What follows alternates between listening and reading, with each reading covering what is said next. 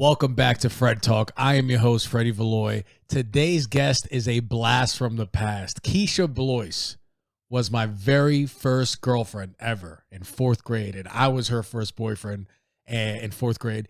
And we reunite for a magical episode. Keisha's a former scientist who is now an entrepreneur, runs her own business, has written her own book. So we talk about her journey through that process. Then we get her perspective on relationships. What are her red flags? What are her green flags? And then towards the end of the episode, we have a fun conversation on spirituality, religion, crystals, and just kind of like how that affects the world and stuff. So really fun episode, classic Fred Talk, where we just sit and we talk about the world and we talk about people. Guys, subscribe to Fred Talk, share my stuff with your friends. I'm sorry to give you homework, but I got to do it. Let's grow this thing. The podcast numbers have doubled in the last couple months. I don't know what's changed, what's different. I don't know, but I'm glad it's happening. Maybe it's the hot weather. Maybe it's the fact that we're going to have our first summer for the first time in a long time, and we're all going to be outside. Who knows? Guys, this episode is brought to you by the guys at ownthechaos.com. You want to get your investing right. You're a beginner to finance, don't know what to do. Check out the YouTube channel. Also, go to ownthechaos.com to sign up for their stock watch list, where they give you the 5 stocks to watch that day. An actual useful email. Guys, without any further third habits, give it up for my very special guest, the awesome Keisha Bloise. Yay! Keisha. It is, crazy to see you right now. How have you been? I've been good. Nice. I'm blessed. I'm just happy to be here. Thank you, Freddie, for bringing me on. Keisha, how do we know each other? Back from Yonkers, right? Yeah. You hear the dialect too. Yeah, you still got it. PS 17. Elementary school. We were in second, third, and fourth grade together. You tell me. I think I remember like fourth grade, because we sat next to each other in fourth grade. And correct me if I'm wrong, but I think you were my first girlfriend. You was my first boyfriend. Hey. Who broke up with who? I think you played me, and then I had to get somebody else. Oh, I was a hot commodity then. I that was too much power for me. I was too young. Oh shit. So I'm so glad that we caught up, because I was, checking through your Instagram and stuff, and after you reached out to me, and you live in a life. You're on a journey right now, and I'm loving to see it. So you pretty much, the long and the short of it, I see you went from scientist to now, like, you wrote a book and all this stuff. So I want to walk through that. So the scientist piece, what made you, at what point in your life were you like, oh, I want to be a scientist? See, that's the crazy part about life. I never woke up and said I wanted to be a doctor. Yeah. It was so my father, he always embedded in me. Plus, being Jamaican, we always strive to be the best. Yeah, you got like 8 jobs at all times. Tell me about it. To the point now that I'm so hyper productive, I'm like, I don't know if this is okay. But yeah, he told me he was like, yeah, you can always get money in the medical field. And I was like, okay, Pops. So there was different avenues. I was like, I'm going to be a surgeon. I'm going to be a plastic surgeon. I probably should have went with that, because I would have probably been making bank right now. Oh, killing it, especially with the Botox and shit like that. That is crushing. The butts? And the butts?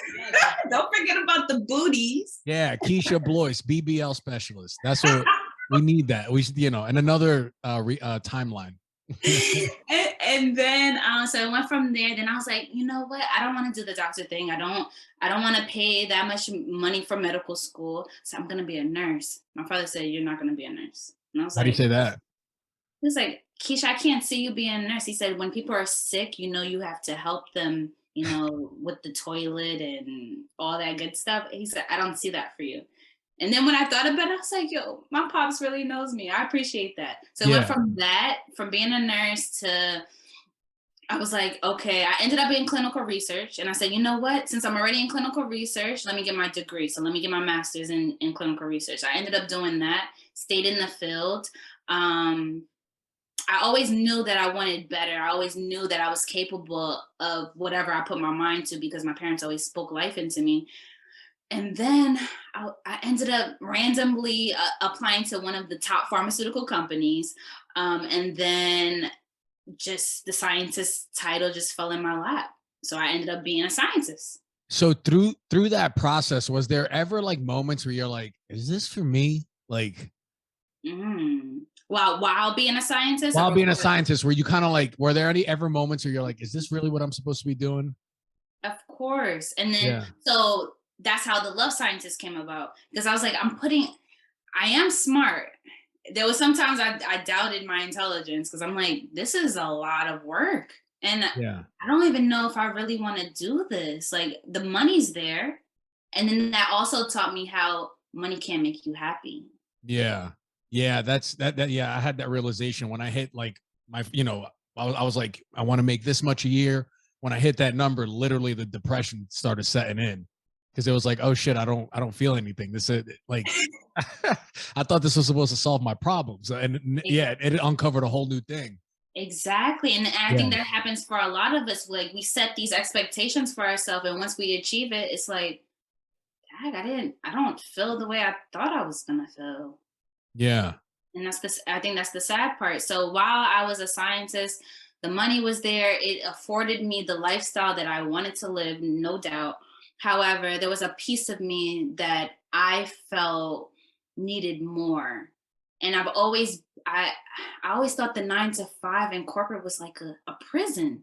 Like I can't you're only giving me 20 vacation days Yeah. for the whole year? That's not enough. Yeah. That's true.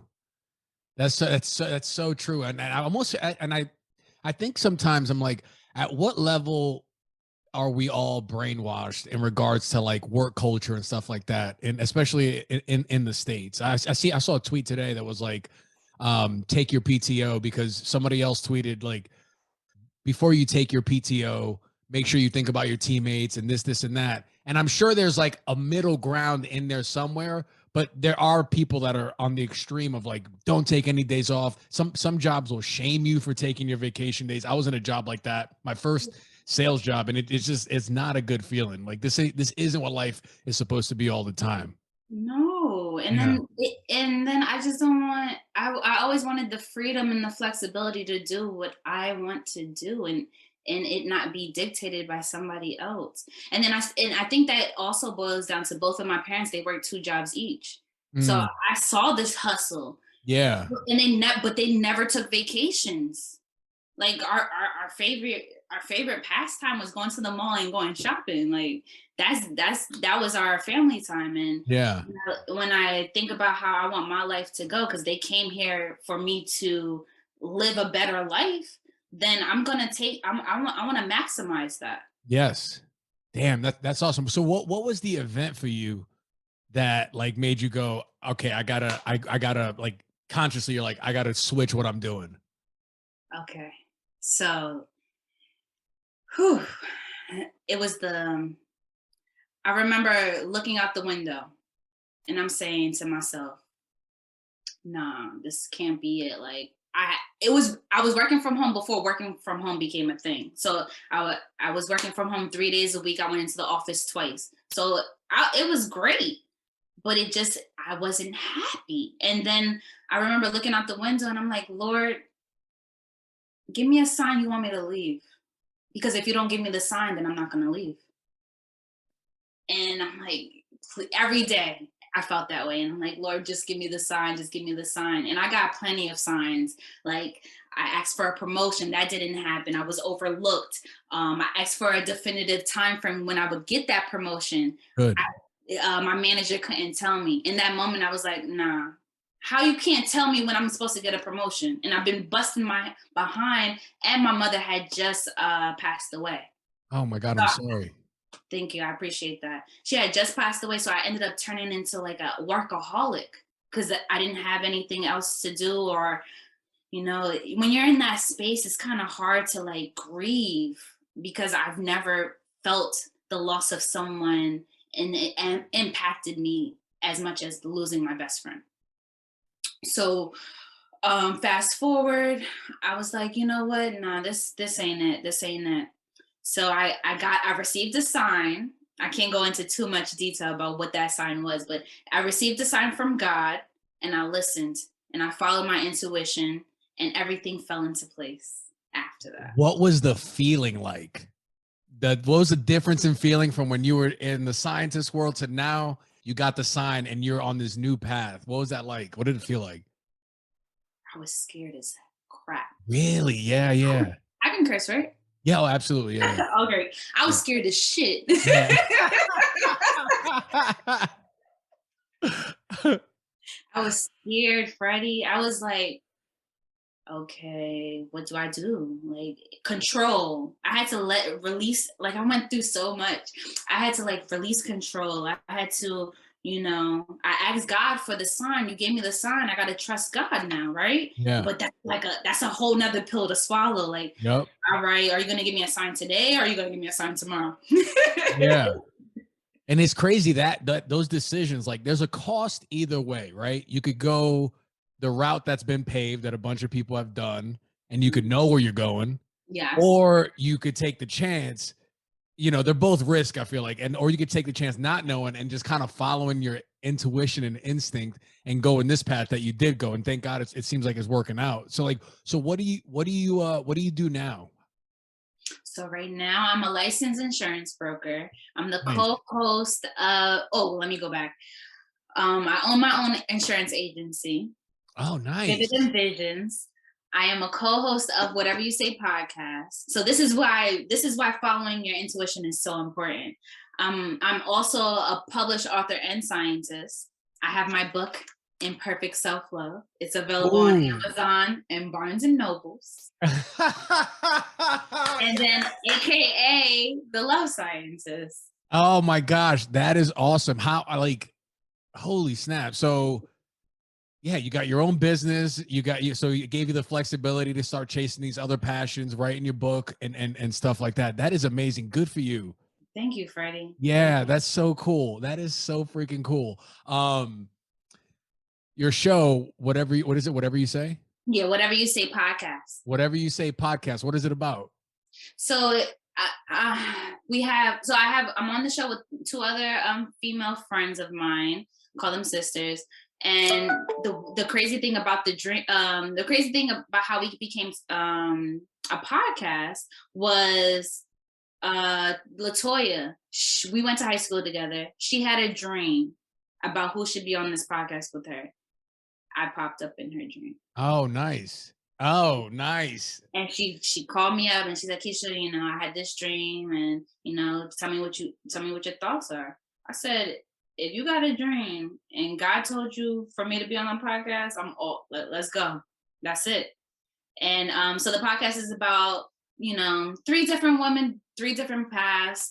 We touch on dating. We talk about love and relationships. We bring other people on. We're just trying to uplift and because I think we're in a culture now where if I love your content or if I like it every day, every time you post, then something's wrong. That's weird. But if I see your post and I scroll past it, that's the new wave. I don't like that. I don't like that. Oh, I'm with you on that. If I'm on Facebook, those react buttons is mostly what I do. I'm hitting love, laugh. I'm a basic white woman on there. I'm live, love, laughing on Facebook. Yeah, I usually like if it's funny, throw a comment because it helps too, especially if people are like yourself. They have a podcast, they're trying to, or they have a business, real estate agent. I try to I'll throw fire emojis on there because I know it helps in some way. Yeah, I'm with you on that. From a dating aspect, what's your relationship status? I'm single, but because we're not out of COVID, but this is our first real summer. Oh, it's gonna be wild. We outside. Yeah, I'm outside. For real. Okay. For real. What's your take on the single life these days? Because typically what I hear are like war stories. People are like, they ain't much out there, blah blah blah. So I want to know your perspective on the dating scene out there these days. Oh, there's definitely pee in the dating pool. There's definitely pee in the dating pool. But I know, so I like to consider myself spiritual. So I also know divine timing. Mhm. So if when it's meant to be, it's gonna happen. I don't want it to happen sooner than it's supposed to. And I've always been the one with prospects, but uh it'll happen when it's supposed to. And when I do come across that special man, I'm pretty sure I'll know. What's a red flag for you? What's like a stop in the buying process for you? I got a lot. Let me hear them. One is when a man talks too much about himself and his accolades. That turns me all the way off. Yeah. Like, you're not the only one with accolades, bro. I'm sorry. Yeah.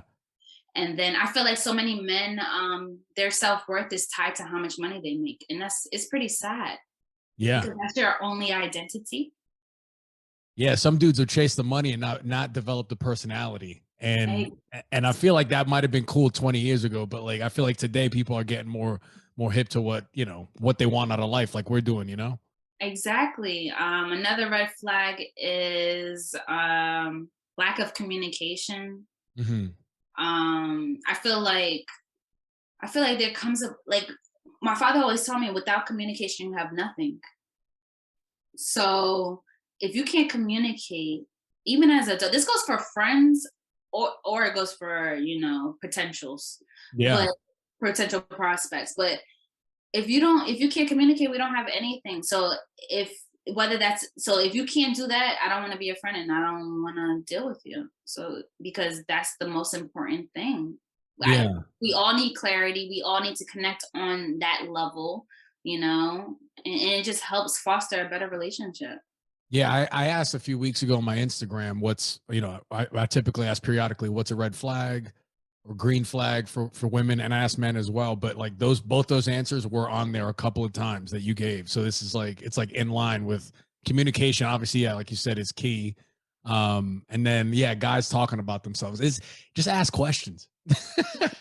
Just ask somebody questions, and because everybody loves talking about themselves, so you just ask questions, and I feel like that's for any guys listening that need help. Just do that. Like it just shows. I feel like it just shows genuine interest.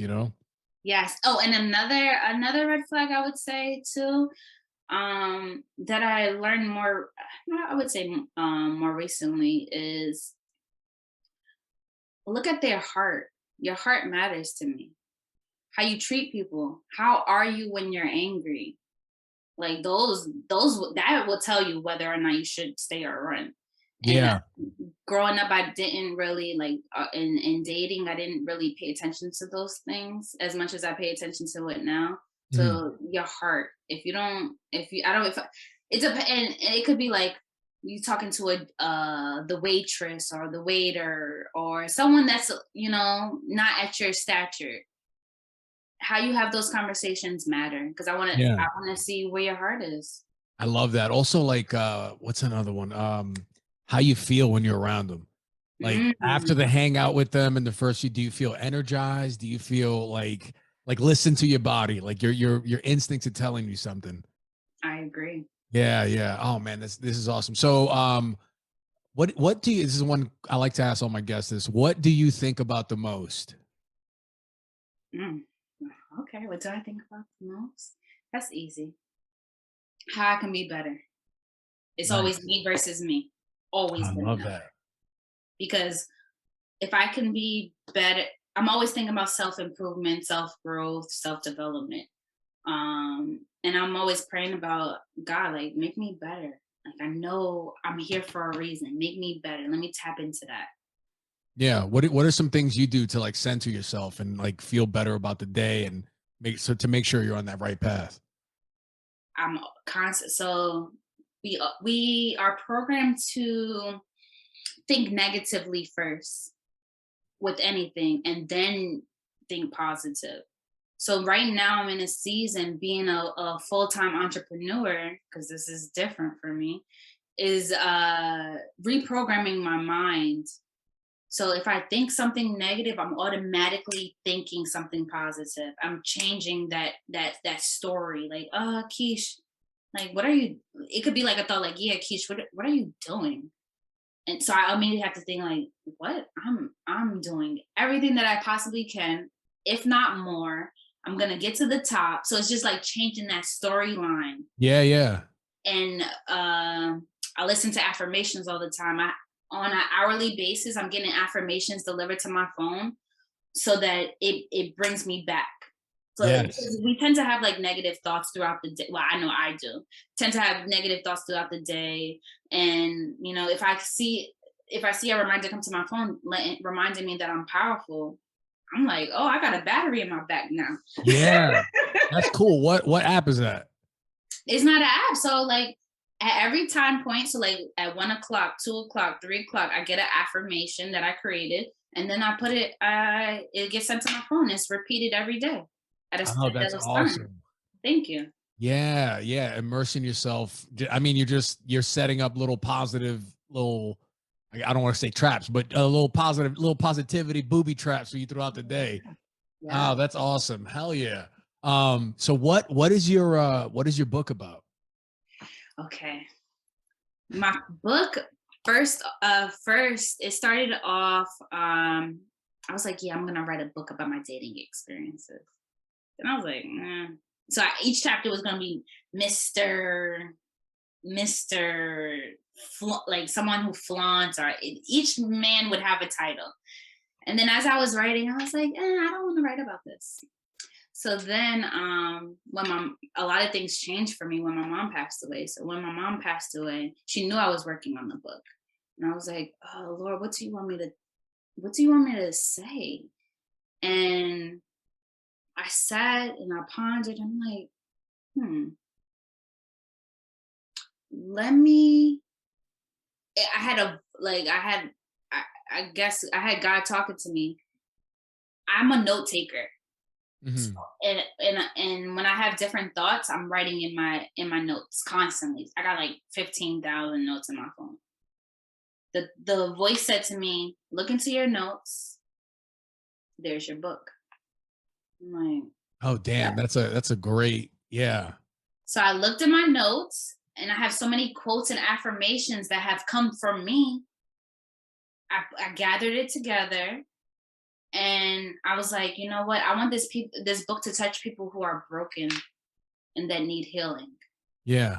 I was in When I lost my mom, I was the only person I could depend on was God. Yeah. Nobody, when you lose a parent, nobody else could pull you out of that besides who you believe in. If Yeah. it's God, Most High, the universe, whoever. Yeah. So I was like, I want this book to touch lives. I want it to inspire people. I want them to know that they aren't alone, no matter Mhm. what their situation looks like.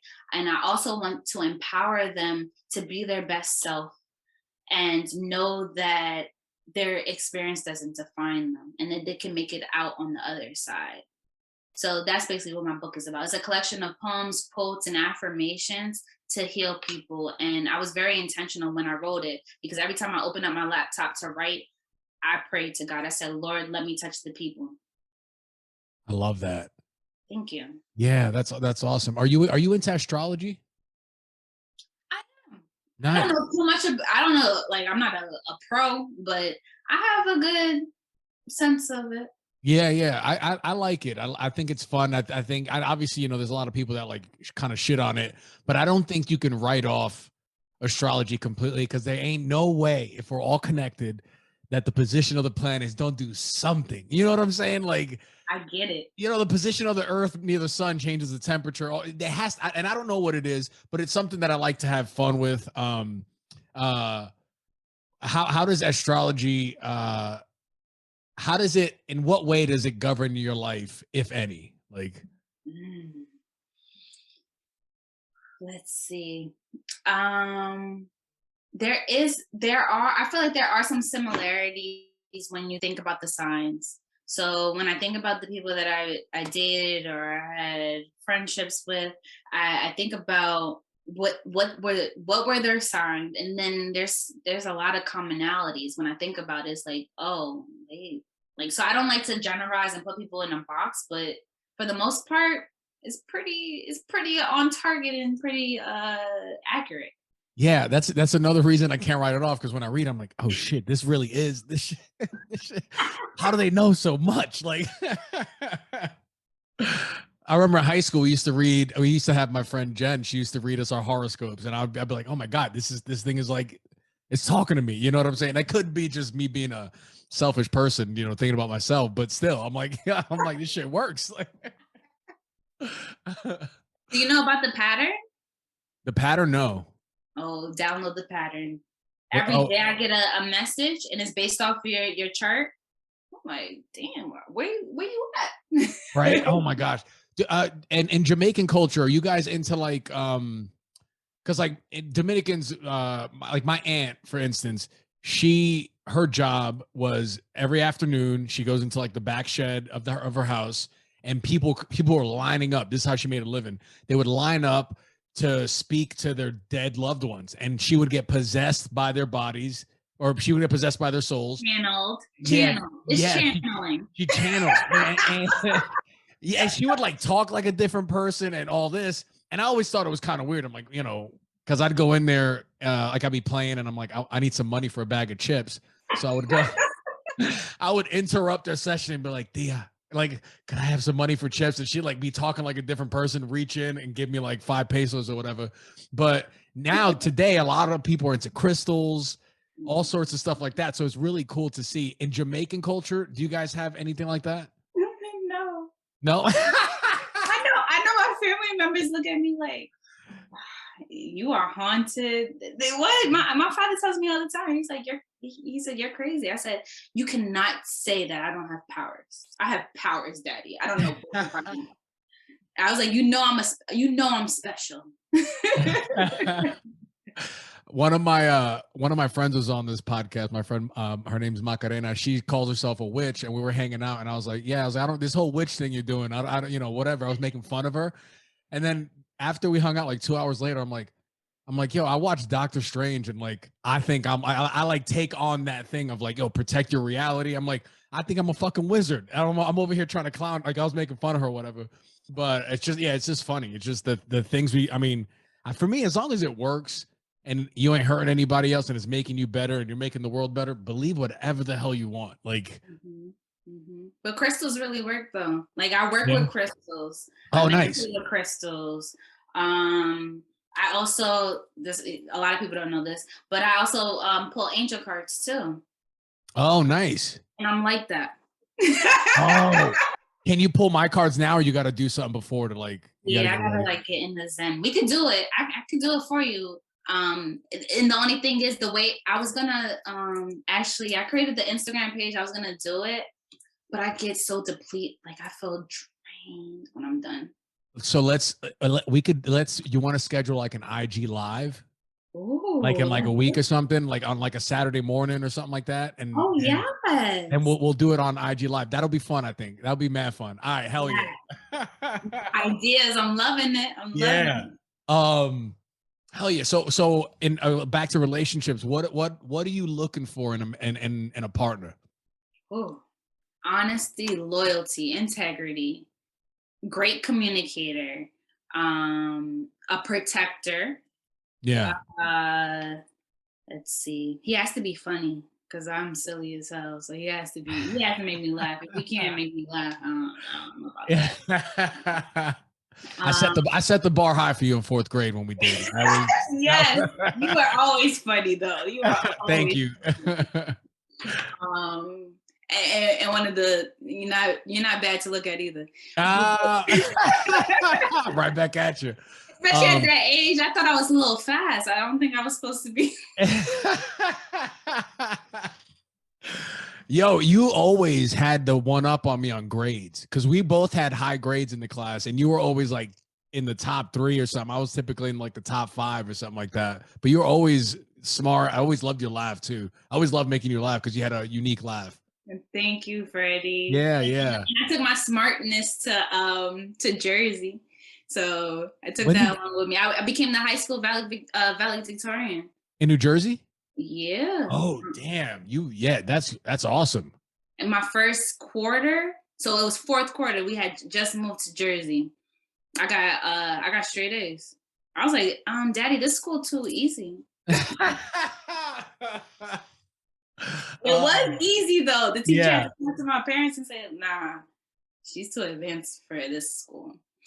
But what was your I know I was talking. What was your question? I don't know if I asked the question. I think we were just chatting. Okay. I asked you what your book's about, all that. Oh, so what's in Oh, store for the dating? Oh, the men, Yeah, yeah. the qualities I'm looking for. Yeah, yeah. Let me see. Protector. He had he has to have a relationship with God. Yeah. Um, That's good. Crazy story. I used to ask people out like, "Oh, if you're not a Christian, I can't." I had this Christian phase when that with the book Devin Franklin and Megan Good when that dropped. It's like, yeah, he has to be a Christian. If he's not a Christian man, I don't want him. But then I dated some Christian men, and I was like, yeah, just like everybody else. Yo, yeah. So you want someone that just has some kind of higher power. It doesn't necessarily have to be any specific religion or anything like that. You can't be an atheist though. Okay, that's good. Yeah, yeah. I mean, sorry. Yeah, yeah. I like that. I like that. I think that's a good thing to throw up front. At what point in the dating process, like within the first 5 dates, when are you throwing that out there? I know some people that that have dated an atheist. And they're God, like God people. I thought so. I thought they were, but I don't know how you can be like God's people and date an atheist. So maybe they not. Yeah, that is a tough one because the whole time you're gonna be like, he's going to hell. Like, That's what I was trying to tell her, like, sis, you sure? When I was an atheist, I told my buddy that, and he was like, I found it endearing. Wait, you were an atheist? Oh yeah, for a long time, probably until recently, probably for like 15 years or something like that. Thank God you're still here. Yeah, yeah. Just on time. I'm gonna get a seat in the back row of heaven. That's I came in late. God's gonna be like, you have a gap in your worship history. No, but I don't. I'm not. It's not like I'm religious. I think I indirectly. Here's where this is gonna get embarrassing. Okay. I indirectly follow the Bible because I watch a lot of anime. And a lot of those stories use the hero's journey, which is it's all from the Bible. A lot of these movies, coming of age stories, stuff like that, come from the Bible. And I use different characters in anime to get me through different times, whether it's doing something I don't want, pushing through something hard, shit like that. Very dorky, but it works for me. So indirectly, I follow, archetypal things from the Bible. So that's kind of like how I follow. And then whether or not there's a God, I don't really. It's not that I don't believe. It's just that I feel like there's something bigger. And this path of comedy that I'm on and all that has made me feel that deeper sense of purpose. And it feels like something bigger than me. So that's where I leave that. One of my best friends is religious. Like he was homeschooled religious. And he's also a comedian. And listening to him talk about the Bible is really cool. Like he might be secretly trying to get me in it, and it might be working. I might be a Christian by the fall. I don't know. But that's the thing too. Like, so I used to think of myself as religious, a Christian to be exact. And then I remember I told my girlfriend as I was like moving into being more spiritual. I'm like, I don't think I can. I don't think I want to be called a Christian anymore. And she said, "Don't you say that." And then she wasn't the first person like I expressed how I truly felt about religion. There was another woman. I told her, I was like, yeah. I spoke to the pastor, and nothing against him, but my spirit didn't take him. She said, "Don't you dare talk about that man of God." And I said, "So God gave me intuition, right? I have a relationship with God, so you're telling me not to listen to my intuition. I'm not talking bad about him. I just don't. It doesn't sit well with me." Yeah. So Damn, that's great. it was a lot of like changes. And then now my friend is spiritual. Oh, She's not Christian anymore. So it yeah, was yeah. like, oh, I tried to tell you. If I had to give a label, I think spirituals is what I would say I am. I do a lot of I meditate every day, kind of stuff. I mean, I do it with prayer hands, so it's like I'm just beating around the bush. I don't know. I don't know. Yeah, I think I like the spiritual part. I think religion divides us. Like That's true. it Yeah, really does. yeah, yeah, I was yeah. speaking, I was speaking to a client the other day. He was like, "Did you go to church today?" And I was like, "No, I didn't go to church, but I have a relationship with God." He was like, you should really go to church." And he was like, "Are you a Christian?" I said, "Why is that the first thing you asked me?" I said, "What if I was Muslim?" Like what if I was another, if I identified with a different religion? Like I feel like you would, you're divide, that's division. It's not bringing us together. Yeah, I'm a cherry pick like I'm at a buffet with religion. I'm gonna take the good stuff here. I like the prayer. I like the mindfulness of Muslim. I like whatever, and then I'm gonna leave all that other the hateful stuff that they Hmm. haven't updated the doctrine. Like, um, yeah, and even with so crystals work. If somebody's thinking about getting into crystals, where's a good place to start? You think? Go to the crystal shop, touch different crystals, Mm-hmm. and see which one pulls you towards it. And also, you can't go wrong with a rose quartz. Rose quartz is focused on love. It's part of the heart chakra. Like you work with it with the heart chakra. And yeah, I think rose quartz was probably one of my first crystals. Okay. It's Nice. Okay. unconditional love. It's self love. It's so many things tied to that. I like that. I mean, even if you just look at it as like a physical thing to remind, like you can label that and like you said, what like love, compassion, all that. Like it's a physical thing that you can see. So every time you see it, you get reminded, kind of like your affirmations Mm. that you set for yourself. Um, I love this stuff. I like keeping it open too because I put crystals and astrology and religion and spirit kind of in the same thing where life's complicated and we just got to figure out a way to make sense of it all. The people that annoy me are the people that start believing in God, then start judging people immediately. I'm like, what are you doing? This is counterproductive to what we trying to do here. Like, That's the part I can't get with. I remember I experimented. I said, Lord, I'm gonna go to church. I'm gonna go to church for a year. Just let me graduate with my master's degree, and then I'll go to church for a whole year. And I want to see if my blessings. I never really told people this story too. I want to see if my blessings are any different. I went to church for a whole year. Went to Bible study, everything. Was fasting more, and then I would say I love the environment of being around those around people in church, and I love the choir. Music drives me, so that pulled me in even more. But I can't say that the blessings were any different. I was like, Lord, it's pretty much the same thing.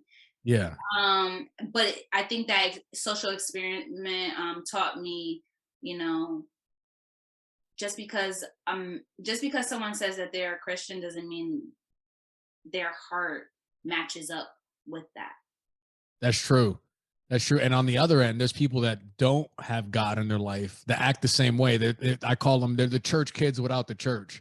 Hmm. They're, I'm talking about church people that judge that part of the whole thing. It's like they just worship different things, status, money, and if Hmm. you don't have those things, that they're going to judge you for it. If you ain't got the nice Gucci purse, things like that, they'll look down on you. So it's all, I forgot who said it.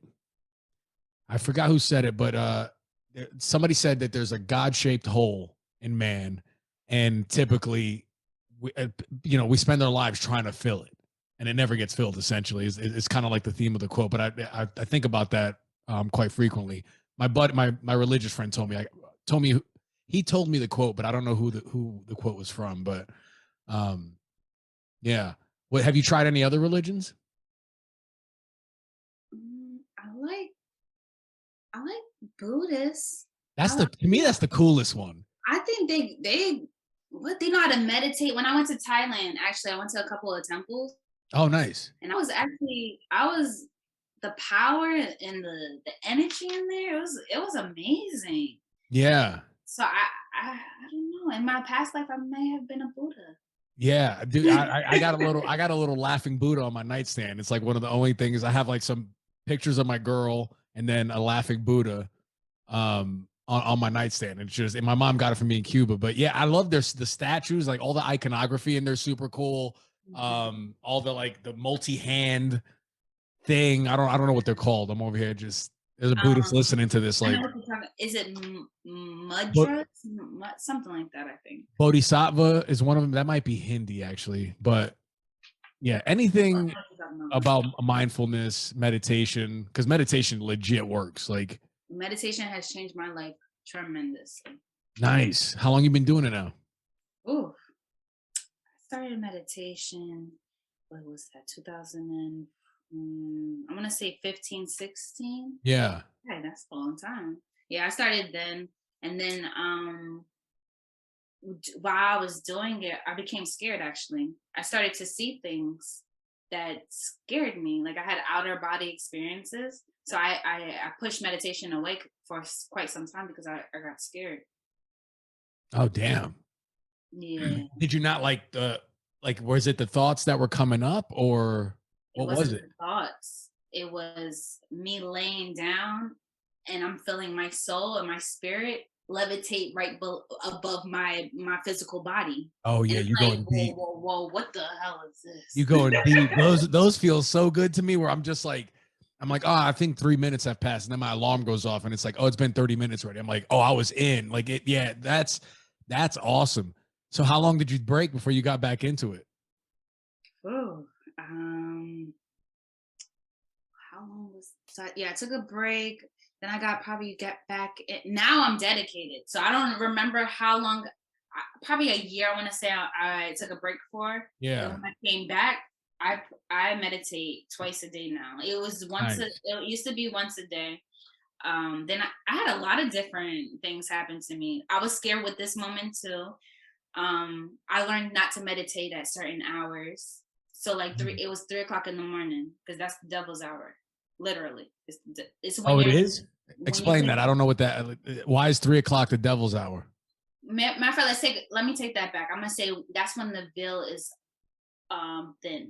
so spirits can connect to us at a easier level at 3 o'clock than they can, now, whatever time, like 4 o'clock p.m. Because it's just I don't remember exactly why that is, but it's just the veil is thin. So I meditated around that time, and then I'm like, okay, let me. And some backstory. I was praying for a therapist. Got a therapist. She ended up being into metaphysics and taught me so much about meditation, crystals, all that. She told me, she was like, Keisha, you can't just. So I'm meeting with her the next day. I had the experience. I'm meditating. I'm trying to. I'm getting too far. Like I'm like, whoa, I think I want to come back now to my Yeah. body. And as I'm trying to, I couldn't get up, Freddie. Like I'm like, wait, what? So my eyes are still closed. And then I feel my spirit come back in my body and I feel like a surge of energy in my face. Like I can't, I don't know if that even makes sense, but I felt a surge of like electric energy, like Yeah. me trying to come back. I'm like, whoa, whoa, whoa. What is this? So the next day I went into her office and I'm telling her, like, this was scary. She said, Keisha, you're supposed to pray before you meditate.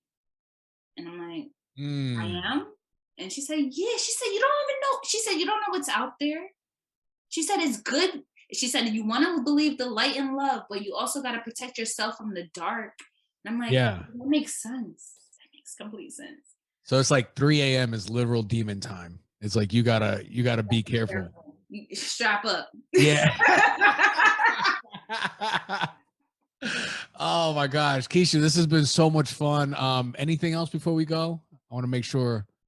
Yes, I just want to remind people to live your life abundantly. Like we only get one, and since how my story has unfolded has really made me appreciate life. And one of the things that my mother left me with is to leave people better than you found them. She used to do that Mm. all the time. She used to go into the bodega and like they used to know her name, and because she was living in the Bronx. Yeah. So they used to know her name. I was so amazed at how she left people feeling good. So I think that's my assignment now, to leave people better than because she has taught me that, and to continue to allow her legacy to live on. Leave people better than you found them. So That's amazing advice. every interaction that you have with someone, even if it's a small phone call, even if I'm just checking up on you, just I think it just goes back to loving harder and vibrating higher. If we want our world to change, we have to change our world within ourselves first. Hell yeah. Keisha, thank you so much. Where can people find you? At the Love Scientist on Instagram. I have some new projects coming up, but I also have at Vivid Envisions for my insurance agency. I am recruiting and hiring, by the way. Look So at feel that. free to hit Job me with creation. that. Yes. And Keisha Bloise on Facebook. Awesome. Guys, you heard it. You heard Keisha. Follow her on Instagram, Facebook. Share FredTalk, all this stuff. If you liked any clips, screen record it. I'm putting you motherfuckers to work, all right? Let's get this follower count up. Thank you for listening. Bye. Bye.